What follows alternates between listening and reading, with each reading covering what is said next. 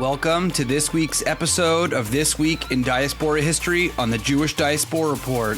Let's get started.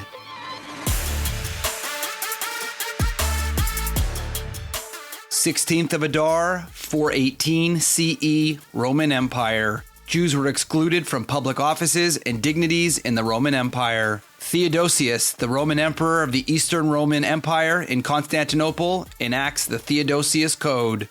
In 404, Jews are excluded from certain government posts. In 418, they are barred from civil service and all military positions. In 425, they are excluded from all remaining offices, both in civilian and military. Later in the empire, there would be one office that Jews were not forbidden from assuming. This was the office of decurion, a tax collector who was required to pay all deficits in revenue from their own pocket. Also 16th of Adar, 1656, New Amsterdam, or modern-day New York. The Jews of New Amsterdam were denied the right to erect a synagogue in 1656. Dutch colonial officer Peter Stuyvesant did not tolerate full religious freedom in the colony and was strongly committed to the supremacy of the Dutch Reformed Church. In 1657, he refused to allow Lutherans the right to organize in church. Freedom of religion was further tested when Stuyvesant refused to allow permanent settlement of Jewish refugees from Dutch Brazil in New Amsterdam.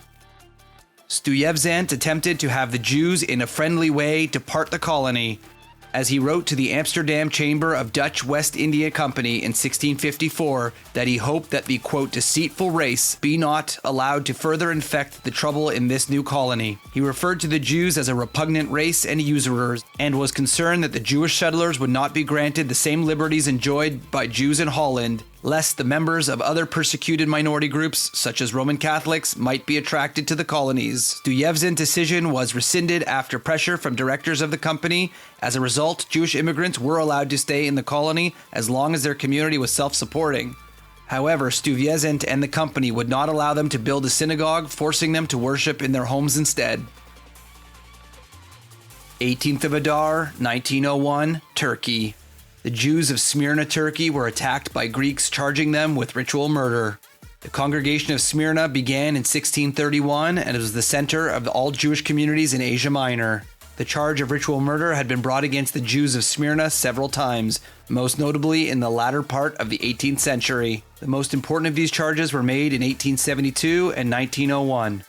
In the first, the body of a Greek child was found in a small stream in the Armenian quarter.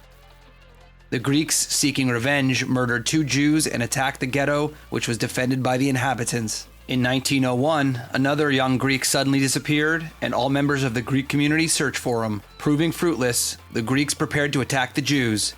The governor-general of the region called out the garrison and the police, while many of the Jewish population armed themselves for defense. A conflict ensued, during which several Greeks were wounded. 18th of Adar, 1891, Moscow, Russia. The Russian imperial decree by Tsar Alexander III ordered the expulsion of all Jewish artisans, brewers, and distillers from Moscow. Long-standing repressive policies and attitudes towards the Jews were intensified after the assassination of Tsar Alexander II 10 years earlier.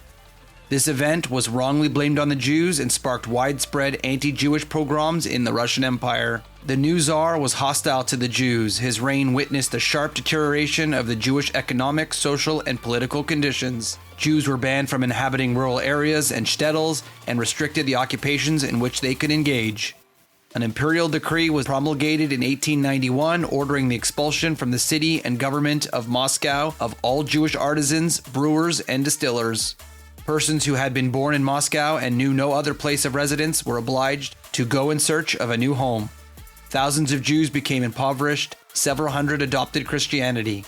The Tsar's minister stated the aim of the government with regard to the Jews: 1/3 will die out, 1/3 will leave the country, and 1/3 will completely be dissolved into the surrounding population. After the pogrom on Passover in 1903, pogroms became the official policy of the Russian Empire, and the anti-Semitic terror reached its peak in 1905.